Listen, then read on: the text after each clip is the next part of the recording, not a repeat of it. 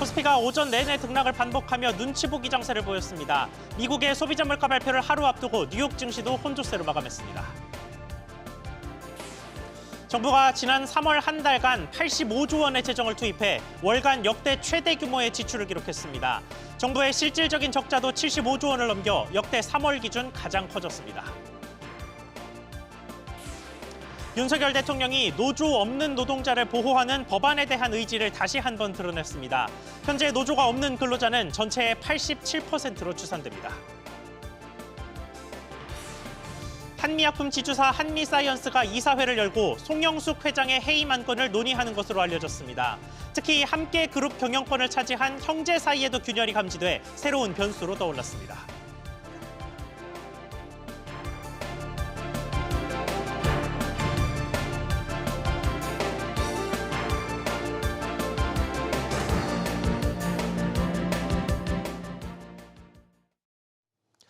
여러분 안녕하십니까? 경제브리핑 시작하겠습니다. 코스피가 오늘도 눈치 보기 장세를 보이면서 등락을 반복하고 있습니다. 미국의 인플레이션을 가늠할 물가지수 발표를 앞두고 관망세가 이어지는 모습인데 시장 상황 알아보겠습니다. 엄하은 기자. 네, 엄하은입니다. 네, 전체적으로 오전 중에 내내 방향성이 없는 모습이죠. 네, 코스피는 오전 11시 10분 기준 어제보다 소폭 오른 2730선에서 거래 중입니다.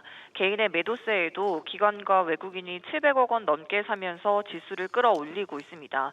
삼성전자는 어제보다 소폭 오른 7만 8천 원대에 거래 중이고 SK하이닉스도 소폭 올라 18만 5천 원대에 거래되고 있습니다. 라인 사태로 최근 하락세를 보였던 네이버는 어제보다 1.5% 오른 18만 6천 원대를 기록 중입니다. 코스닥 지수는 어제보다 1%대 올라 860을 넘어섰습니다. 외환시장에서 원달러 환율은 전장보다 소폭 오른 1368원대에서 거래 중입니다. 네, 그러면 오늘 오후까지 전체적인 흐름 어떻게 전망됩니까? 내일 석가탄신일로 휴장을 앞두고 전반적인 거래 부진이 예상됩니다. 미국의 지난달 소비자 물가지수 발표를 하루 앞두고 투자 심리가 위축돼 정체된 주가 흐름이 이어질 것으로 보이는데요. 오늘 새벽 미 증시는 주요 물가 데이터 공개를 앞두고 소비자의 기대 인플레이션이 높게 나오자 혼조세로 마감했습니다. 뉴욕 연방준비은행의 4월 소비자 기대 조사에 따르면 1년 기대 인플레이션 중간값은 3.3%로 직전의 3%보다 높아졌습니다. 다만 전문가들은 6월 미 FOMC 정례 회의까지 두 번의 소비자 물가지수 결과가 남아있다는 점에서 이번 4월보다 5월 지수의 영향력이 더 클 것으로 내다봤습니다. SBS 비즈 엄하은입니다. 미국의 물가 상황 이전에 우리 물가 지표부터 불안이 계속되고 있습니다. 수출입 물가가 넉 달 연속 상승세였습니다. 김기호 기자. 네, 김기호입니다. 네, 수출과 수입 물가 각각 상황 어땠습니까? 네, 한국은행이 발표한 4월 수출입 물가 지수를 보면 지난달에도 상승세가 이어졌습니다. 먼저 수출 물가는 전년 대비 6.2%, 전월 대비 4.1% 올랐는데요. 4개월 연속 상승으로 월간 상승폭은 지난 2022년 3월 이후 2년 1개월 만에 가장 컸습니다. 품목별로는 컴퓨터와 전자, 광학기기 제품이 7% 넘게 오르면서 전체 수출 물가를 끌어올렸습니다. 특히 D램 가격이 16%, 플래시 메모리가 11% 넘게 올라 반도체가 효자 역할을 톡톡히 했습니다. 한편 수입 물가는 전월 대비 3.9% 상승하면서 역시 넉 달 연속 증가세가 이어졌습니다. 광산품을 중심으로 원재료가 5% 상승했고 중간재는 1차 금속 제품 등이 뛰면서 3% 넘게 올랐습니다. 개별 품목 중에는 커피가 많이 올랐는데요. 3월보다 15% 가까이, 1년 전과 비교하면 50% 가까이 급등하면서 가장 큰 폭의 상승률을 기록했습니다. 네, 이렇게 수출과 수입 할 것 없이 물가가 오른 원인이 뭡니까? 네, 먼저 수출은 환율 영향이 컸습니다. 지난달 원달러 평균 환율은 1367.83원으로 3월 대비 3% 가까이 올랐는데요. 수출 물가는 원화로 환산되기 때문에 환율 효과가 있었습니다. 실제로 계약 통화 기준 수출 물가는 전월보다 1.6% 상승에 그쳤습니다. 반대로 수입 물가는 환율 상승이 부담이 됐는데요. 여기에 국제 유가도 올랐습니다. 두바이유 기준으로 4월 유가는 배럴당 평균 89.17달러로 전월 대비 6% 가깝게 뛰었습니다. 한국은행은 이번 달 국제 유가가 3월 수준으로 회복되긴 했지만 중동 정세에 따라 흐름이 달라질 수 있어 계속 지켜봐야 한다고 말했습니다. SBS 비즈 김기호입니다. 이런 불안한 물가 속에 정부의 씀씀이도 커졌습니다. 정부가 지난 3월 월간 기준 역대 최대 나랏돈을 쓴 것으로 집계됐습니다. 오수영 기자. 네, 오수영입니다. 네, 정부가 구체적으로 얼마를 지출했습니까? 네, 기획재정부 재정동향 등에 따르면 정부는 3월 한 달간 85조 1천억 원을 지출했습니다. 월간 기준 역대 최대 규모로 예산 운용의 재량권을 고려해도 3월에 정부 재정이 집중 투입된 겁니다. 같은 달 기준으로도 크게 늘었는데 코로나19 직전인 2019년 3월 49조 원에서 5년 만인 올해 같은 달에는 73.7% 급증한 겁니다. 통상 정부 재정 집행은 하반기보다는 상반기에 집중되는 경향이 있는데 올해는 특히나 정부가 신속 집행을 강조해 왔습니다. 3월까지 총지출의 올해 총 예산 대비 진도율은 32.3%에 달했는데 지난해 3월보다 1.7%포인트 높으며 1분기에만 연간 예산의 3분의 1을 쓴 셈입니다.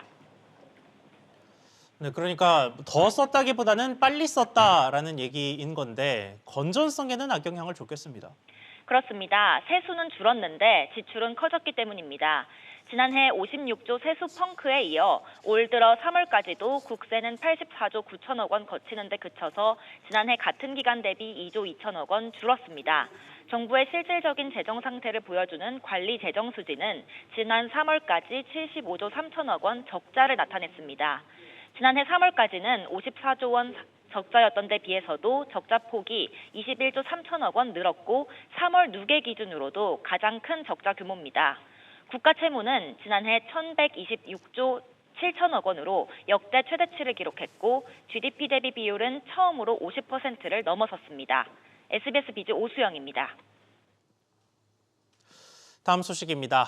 홍콩 H지수 주가 연계 증권, 소위 홍콩 ELS의 불완전 판매와 관련해 5개 은행의 대표 사례 배상 비율이 나왔습니다. 앞으로 이뤄질 배상 조정의 가이드라인 역할을 하게 될 텐데 내용 알아보겠습니다. 최나리 기자. 네, 최나리입니다. 네, 은행별로 배상 비율이 어땠습니까?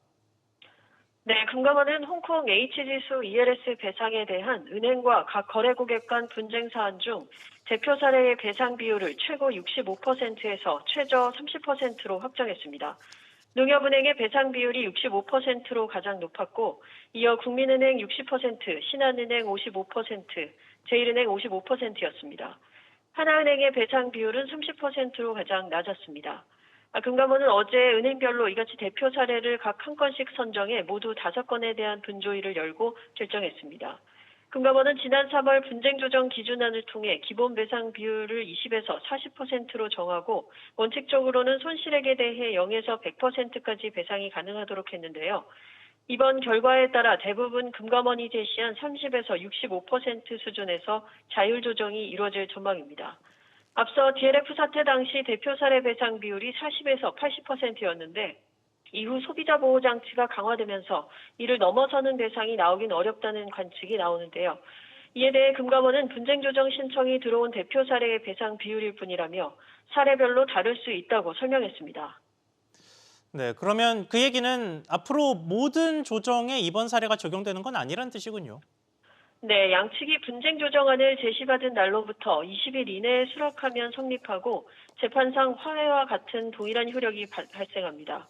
만약 결과를 받아들일 수 없다면 조정안을 수락하지 않고 소송을 제기해 다시 따져볼 수 있습니다. 나머지 조정 대상에 대해서는 분쟁 조정 기준안에 따라 자율 조정 방식으로 처리됩니다. 금감원은 이번 분조위 결정을 통해 각 은행별 판매 기간별 기본 배상 비율이 명확하게 공개됐다며 금융소비자와의 자율 조정이 원활하게 이루어질 것으로 기대한다고 밝혔습니다. SBS 비즈 최나리입니다. 자, 지금 보신 홍콩 ELS 같은 문제는 물론 잘 배상하는 것도 중요하지만 근본적으로는 사고가 발생하지 않는 게 가장 중요하겠죠. 이를 위해서 금융사고의 법적 책임을 명확하게 하는 소위 책무구조도의 도입이 오는 7월부터 순차적으로 이루어집니다. 관련해서 금융투자업계의 준비 움직임 짚어보겠습니다. 김동필 기자. 네, 김동필입니다. 네, 우선 책무구조도라는 게 구체적으로 어떤 개념입니까? 네, 일단 책무구조도는 간단히 말해서 금융사 임원이 책임져야 하는 내부 통제 대상 업무와 범위를 금융사가 스스로 사전에 정하는 걸 말하는데요. 해당 업무에서 횡령 등 금융사고가 발생하게 되면 책무구조도에 따라 경영진이 책임을 물어야 합니다. 불완전 판매나 횡령 등이 개인의 일탈로 치부되는 일이 사라지게 되는 겁니다. 이는 지난해 말 지배구조법 개정에 따라 도입됐는데요. 책무구조도 제출 시기는 업권과 자산 규모에 따라 다릅니다. 금융지주와 은행이 오는 7월로 가장 빠르고요. 금융투자업계의 경우 대형증권사는 내년 7월까지, 이외는 내후년까지 제출하면 됩니다. 네, 금융투자 업계에서도 관련 준비에 속도를 내고 있죠. 네, 그렇습니다. 금융투자협회를 중심으로 책무구조도 가이드라인을 준비 중인데요. 증권사와 선물회사, 자산운용사와 부동산 신탁사 등 각 업권별로 직무를 분석해서 지배구조법 개정안이 요구하는 내부 통제 기준을 담을 예정입니다. 조직구조와 임원별 책무 분배 방식을 담을 가이드라인은 중복 없이 분배될 수 있도록 세분화할 예정인데요. 발생 가능한 내부 통제 위험 요인과 관리 방안, 자격 요건과 임원이 수행해야 할 업무를 비롯해서 책임을 경감할 수 있는 방안까지 마련할 방침입니다. 금투협은 정확성 검토를 거쳐서 내년 초쯤 적용한다는 계획입니다. SBS 비즈 김동필입니다. 윤석열 대통령이 총선 이후 첫 민생 토론회를 주재했습니다. 25번째인 이번 토론회에서는 함께 보듬는 따뜻한 노동 현장이라는 주제로 노동약자 보호 방안 등을 논의했습니다. 대통령실 연결해서 자세한 소식 알아보겠습니다. 우형준 기자. 네, 우영준입니다. 네, 이번 민생 토론회에서는 어떤 계획들이 나왔습니까? 네, 윤석열 대통령은 노동력자 지원과 보호를 위한 법률을 제정해 노동력자를 국가가 책임지고 보호하겠다고 밝혔습니다. 노동력자 보호법과 관련해서 윤 대통령은 미조직 근로자들이 질병과 상해, 실업을 겪었을 때 경제적으로 도움을 받을 수 있는 공제회 설치를 지원하겠다고 말했습니다. 또 노동약자들이 분쟁을 조속히 해결하고 제대로 보호받을 수 있도록 분쟁 조정 협의회 설치를 담고 있다고 소개했습니다. 노동약자를 위한 표준계약서와 노조에 가입되지 않은 미조직 근로자의 권익 보호 증진을 위한 재정 지원 사업의 법적 근거가 담길 것이라고 설명했습니다. 네, 그러면 현재 노조 가입이 어려운 비정규직 규모는 얼마나 됩니까? 네, 정부 추정에 따르면 지난 2022년 기준 전체 임금 근로자 2,140만 명 중 노조에 가입한 272만 명을 제외한 1,868만 명, 약 87.2%가 미조직 근로자로 파악되고 있습니다. 이에 고용부는 당장 다음 달 10일 미조직 근로자 지원과를 본격 출범하고 노동력자 지원을 강화할 예정입니다. 이번 민생 토론회에선 임금체불 사업주에 대한 처벌 강화 방안도 나왔는데요. 이정식 고용노동부 장관은 임금체불 사업주에 대해선 경제적 제재를 강화하겠다며 익명신고센터를 처음 운영해 50억 원 정도를 청산하고 사업주 구속까지 했다고 말했습니다. 그러면서 현재는 임금체불을 해도 솜방망이 처벌이 반복되고 있는데 경제적 제재를 강화하는 근로기준법 개정안을 국회에 제출했다고 밝혔습니다. SBS 비즈 우영준입니다. 아파트 사전 청약 제도가 민간에 이어 공공 분양에서도 폐지됩니다. 본청약까지 시차가 너무 커서 희망 고문이라는 지적이 잇따랐기 때문인데 자세히 짚어보겠습니다. 안지혜 기자. 네, 안지혜입니다. 네, 그런데 사전 청약 제도라는 게 한번 사라졌다가 다시 부활했던 건데 결국은 또다시 없어지는 거네요. 네, 국토교통부는 사전청약 제도를 더 이상 시행하지 않기로 했다고 밝혔습니다. 사전청약은 보통 아파트 착공 때 진행하는 청약 접수를 1년에서 2년 정도 앞당겨 받는 개념입니다. 지난 2009년 이명박 정부 때 사전예약제를 도입했다가 철회를 했었는데요. 집값 급등기 수요를 분산시키기 위해서 지난 2021년 7월 문재인 정부에서 부활시켰지만 결국 두 번째도 실패로 끝났습니다. 지구조성이나 토지 보상이 끝나지 않은 상태에서 사전청약을 우선 받다 보니까 추후 본청약이 무기한 연기되는 사태가 반복되었기 때문입니다. 지난 2021년 7월부터 지난해 12월까지 공공에서 진행한 사전청약 물량 99개 단지 중 본청약이 완료된 가구는 13개 단지에 불과했는데요. 이마저도 사전청약 때 예고한 본청약 시기를 지킨 곳은 양주 회천 A24단지 단 한 곳에 그친 바 있습니다. 네, 그러면 앞으로 청약 절차는 어떻게 이루어집니까? 네, 정부는 일단 사전 청약 신규 시행을 멈추고 앞으로 새로 공급되는 공공분양주택은 사전 청약 없이 바로 본청약을 진행하기로 했습니다. 다만 이미 사전 청약된 당첨자들은 피해가 클 수밖에 없는데요. 본청약이 기약 없이 늦어지면서 본청약 시기에 맞춰 계약금이나 중도금 등 자금 마련 계획을 세워놨거나 전월세 계약을 맺었던 당첨자들의 경우 굉장히 난감한 상황입니다. 정부는 6개월 이상 본청약이 지연된 단지의 사전 청약 당첨자에 대해서는 본청약 때 계약금 비율을 10%에서 5%로 낮추고 또 중도금 납부 횟수를 2회에서 1회로 조정하는 등 대안을 지원하기로 했습니다. SBS 비즈 안지혜입니다. 봉합되는 듯했던 한미약품그룹 창업주 일가의 경영권 분쟁에 다시 불이 붙고 있습니다. 모녀와 형제로 앞서 편이 갈려 싸운 데 이어서 이번에는 형제 간에도 불협화음이 나오고 있습니다. 취재기자 연결해서 상황 알아보겠습니다. 정광현 기자. 네, 정광윤입니다. 네, 지금 상황이 어떻습니까? 한미약품그룹 지주사 한미사이언스가 오늘 오전 10시부터 임시 이사회를 진행하고 있습니다. 현재 어머니 송영숙 회장과 차남 임종훈 이사가 공동 대표를 맡고 있는데 이를 임이사 단독 대표 체제로 바꾸는 안건을 논의하는 것으로 전해졌습니다. 앞서 장남 임종윤, 차남 임종훈 이사는 송 회장과 경영권을 두고 지난 3월 표대결까지 벌인 끝에 승리했는데요. 가족 간 화합을 강조하며 모자 공동대표를 선언한 지 불과 한 달여 만에 다시 갈등이 불거진 겁니다. 특히 임원 인사와 투자 유치 등을 두고 어머니와 견해차가 큰 것으로 알려졌습니다. 이와 관련해 그룹 관계자는 경영권 분쟁 이후 공동대표를 하는 게 쉬운 일은 아닐 것이라며 임종훈 대표 쪽에서 송 회장 해임에 대한 생각도 하는 것 같다고 밝혔습니다. 네, 그런데 한편인 줄 알았던 형제 사이에도 또 이견이 있다고요. 그렇습니다. 장남 임종윤 이사는 송 회장 해임에 반대하는 것으로 전해졌습니다. 경영권 분쟁으로 시끄러워지면 외부 투자 유치 등에 문제가 생길 것을 우려하기 때문입니다. 이에 따라 모자 갈등이 형제 갈등으로 번질 수 있다는 예상도 나오는데요. 만약 이사회에서 송 회장의 대표 해임이 확정될 경우 오늘 안에 공시될 것으로 예상됩니다. SBS 비즈 정광윤입니다. 경찰이 이호진 전 태광그룹 회장에게 횡령과 배임 혐의로 구속영장을 신청했습니다. 이 전 회장은 지난해 광복절 특사로 복권된 지 1년도 안 돼서 또다시 구속 기로에 놓였습니다. 이민우 기자. 네, 이민호입니다. 네, 구속영장 언제 신청됐습니까? 경찰은 재계 순위 50위권 태광그룹의 이호진 전 회장에 대해 업무상 배임과 횡령 등 혐의로 지난 7일 구속영장을 청구했습니다.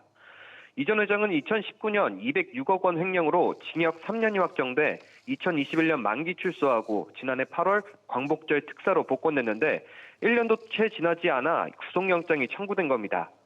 현재 이 전 회장은 그룹 임원들을 계열사의 허위 또는 중복으로 근무하는 것처럼 꾸며 이들이 받은 급여 약 수십억 원을 불법 비자금으로 조성했다는 혐의를 받습니다.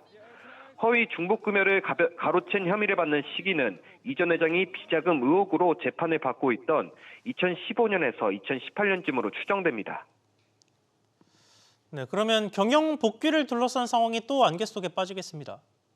그렇습니다. 이 전 회장의 측근인 성혜영 티캐스트 대표가 태광그룹 모기업인 태광산업 신임 대표이사로 선임되면서 이 전 회장의 경영 복귀 가능성이 거론됐는데 이번 사법 리스크로 변수가 생겼습니다.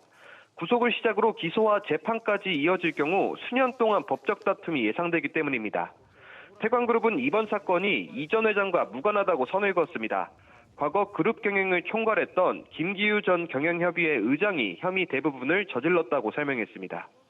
이 전 회장의 구속 여부는 오는 16일 서울중앙지방법원에서 결정됩니다.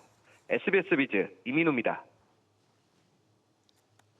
요즘 인기와 우려를 동시에 받고 있는 알리익스프레스에 글로벌 1위 뷰티 기업인 로레알 그룹이 입점한 것으로 확인됐습니다. 국내 시장에서 공격적인 확장세를 보이고 있는 알리가 생활용품과 식품에 이어서 뷰티까지 영토를 넓히고 있습니다. 정보윤 기자. 네, 정보윤입니다. 네, 알리의 로레알까지 입점을 했군요. 네, 로레알 그룹의 헤어케어 브랜드인 로레알 파리, 메이크업 브랜드인 메이블린 뉴욕이 알리익스프레스에서 오늘부터 판매를 시작합니다. 첫 입점을 기념해 알리에서만 선보이는 단독 구성 상품을 할인가에 판매하고 사은품까지 증정하며 초반 소비자 마케팅에 공을 들이는 모양새입니다. 업계에선 알리가 글로벌 1위 뷰티 기업과 손잡으면서 그간의 저가 이미지에서 어느 정도 긍정적인 효과를 볼 수 있고 다른 뷰티 업체들의 입점도 과속화될 수 있다고 보고 있습니다. 유통업계에선 뷰티 플랫폼 경쟁이 치열해지는 상황인데요. CJ 올리브영이 독주 중인 가운데 10대를 겨냥한 다이소를 비롯해 컬리와 쿠팡 등도 뷰티 사업에 공을 들이고 있습니다. 네, 그런데 이런 와중에 알리익스프레스에 이어서 다른 이커머스들까지 한국 진출을 준비하고 있다고요. 네, 알리바바 그룹의 양대 온라인 쇼핑몰인 타오바오와 티몰이 지난 1월 한국의 통합 법인을 설립하고 본격적인 활동을 시작했습니다. 연간 거래액만 각각 900조 원이 훌쩍 넘는 중국 내 1, 2위 거대 이커머스들입니다. 알리가 일종의 해외 직구 플랫폼이라면 타오바오와 티몰은 국내 셀러들이 중국 내수 시장에서 판매할 수 있는 장을 열어주는 사업 모델입니다. 현재 쿠팡과 지마켓 등이 국내 셀러의 중국 시장 진출을 지원하는 역직구 서비스를 하고 있는데 이 물량까지 중국 이커머스가 흡수하는 것 아니냐는 우려가 나오고 있습니다. SBS 비즈 정부인입니다. 공시 선진화를 위해 금융감독원이 올해 안으로 비상장사 재무제표의 디지털화를 추진합니다. 투자자 입장에서 재무정보 접근성이 높아질 것으로 보입니다. 지웅배 기자. 네, 지웅배입니다. 네, 뭐가 어떻게 진행되는 겁니까? 네, 회계 기준은 크게 국제 표준인 IFRS와 국내에서 써왔던 KGAAP, 이른바 K갭으로 나뉘는데요. 상장사들은 IFRS 적용이 의무지만 비상장사는 아직 상당수가 K갭을 이용하고 있습니다. 문제는 K갭은 디지털 언어로 작성 체계가 마련돼 있지 않아 비상장사의 재무 정보를 효율적으로 비교하고 따져보기 어렵다는 점입니다. 가령 금융사가 대출해줄 때나 신용평가사가 신용등급을 매길 때 일일이 기업별 재무제표를 내려받아야 해 그 과정이 길게는 수개월씩 걸리는 상황입니다. 이를 전산화한 텍사노미로 정리하면 컴퓨터가 인식할 수 있게 됩니다. 이렇게 되면 기업 간 재무제표 비교가 수월해지고 해당 기업은 따로 영문으로 작성하지 않아도 재무제표가 자동으로 번역됩니다. 금감원 관계자는 디지털 텍사노미 구축으로 개인 투자자나 외국인 기관들의 비상장기업 투자 접근성이 좋아질 것이라고 설명했습니다. 네, 그러면 이런 제도 개선이 언제까지 되는 겁니까? 네, 텍사노미 구축 관련 입찰 공고는 앞서 지난 3월에 났습니다. 하지만 지원업체 자격 미달로 오는 21월 1일까지 재모집 공고가 진행됩니다. 금감원은 이달까지 개발업체 선정을 마치고 올해 안에 사업 추진을 완료할 계획입니다. 선정된 업체는 감사보고서의 재무제표 개정 과목과 주석 양식 등을 분석해 표준 체계를 구성하는 작업을 담당합니다. 이후 구성된 텍사노미를 기반으로 비상장 기업들이 재무제표를 작성하도록 내년에 관련 가이드라인도 배포됩니다. SBS 비즈 지웅배입니다. 미국의 물가와 금리 상황도 보겠습니다. 미 연준의 부의장이 인플레이션이 완화될 때까지는 현재 금리를 유지하는 것이 바람직하다고 말했습니다. 이번 주 잇따라 물가지수 발표들을 앞두고 있는데 미국 기대 인플레이션 중간값은 올랐습니다. 김종현 기자. 네, 김정윤입니다. 네, 제퍼슨 연준 부의장이 물가 때문에 기준금리를 유지하자는 식의 주장을 했습니다. 네, 필립 제퍼슨 미 연준 부의장은 클리블랜드 연은 컨퍼런스에서 올 들어 다시 오름세인 물가를 끌어내리려면 현재 높은 기준금리가 유지돼야 할 것이라고 말을 했습니다. 지난 1일 연준이 FOMC에서 결정한 5.25%에서 5.5%인 기준금리를 당분간 유지하자는 겁니다. 제퍼슨 부의장은 지난해 물가 압력이 빠르게 하락했다 연초 후퇴한 이후 물가 압력이 후퇴한다는 근거를 찾고 있다고 밝혔습니다. 네, 그리고 이번 주 들어서 미국 내 주요 물가 지표들이 줄줄이 발표되는 상황인데 이에 앞서서 기대하는 인플레이션, 기대 인플레이션은 시장에 부담을 주는 모습입니다. 네, 뉴욕 연은은 오늘 미국의 1년과 5년 기대 인플레이션 전망치가 올라갔다고 발표했습니다. 뉴욕 연은의 지난달 소비자 기대 조사 결과 1년 기대 인플레 중간값은 3.3%로 직전 3%보다 높아졌고 5년 기대 인플레 중간값도 2.8%로 직전의 2.6%보다 역시 올랐습니다. 특히 주택가격 상승 전망 중간값이 앞서 7개월 연속 3%로 유지됐었는데 지난달 3.3%로 상승했습니다. 뉴욕 연은은 이 수치가 2022년 7월 이후 가장 높은 수준이라고 밝혔습니다. SBS 비즈 김정윤입니다. 담보대출 금리가 소폭 떨어지면서 지난 3월 서울의 오피스 빌딩 거래액이 급증한 것으로 나타났습니다. 상업용 부동산 전문기업 부동산 플래닛의 분석에 따르면 3월 서울 오피스 빌딩 거래액은 약 1조 5천억 원을 기록해 전달보다 약 7.9배 늘었습니다. 거래 건수는 8건에 그쳤지만 역삼동의 아크플레이스가 8천억 원에 육박하는 거래를 기록했고 대치동 등에서 수천억 원대 거래가 나오면서 전체 거래액이 급증했습니다. 지난 3년 동안 공공기관 신규 채용 규모가 10,000명 가까이 감소한 것으로 나타났습니다. 기업 분석 전문 리더스 인덱스가 조사한 결과 공공기관들은 3년간 고졸과 여성 인력을 중심으로 신규 채용 규모를 줄였습니다. 고졸 채용이 차지하는 비중은 지난 2022년 전체 신규 채용 인원의 14%에서 지난해 8.7%까지 줄었고 같은 기간 여성 채용도 3년 새 27.3% 줄었습니다.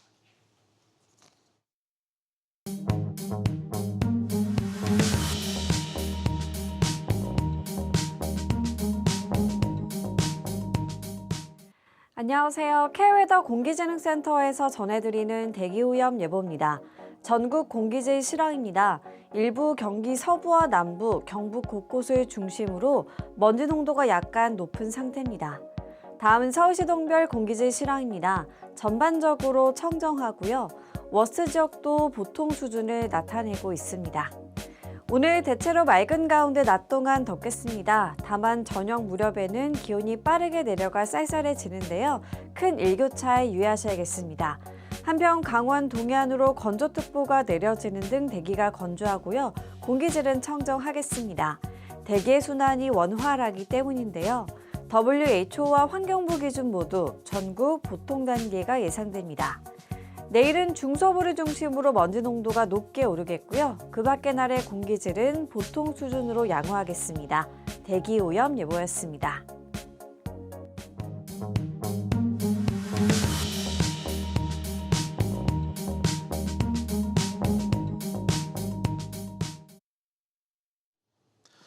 오늘 저희가 준비한 소식 여기까지입니다. 저희는 부처님 오신 날 휴일을 지나 다음 목요일 오전 11시 30분에 다시 찾아뵙겠습니다.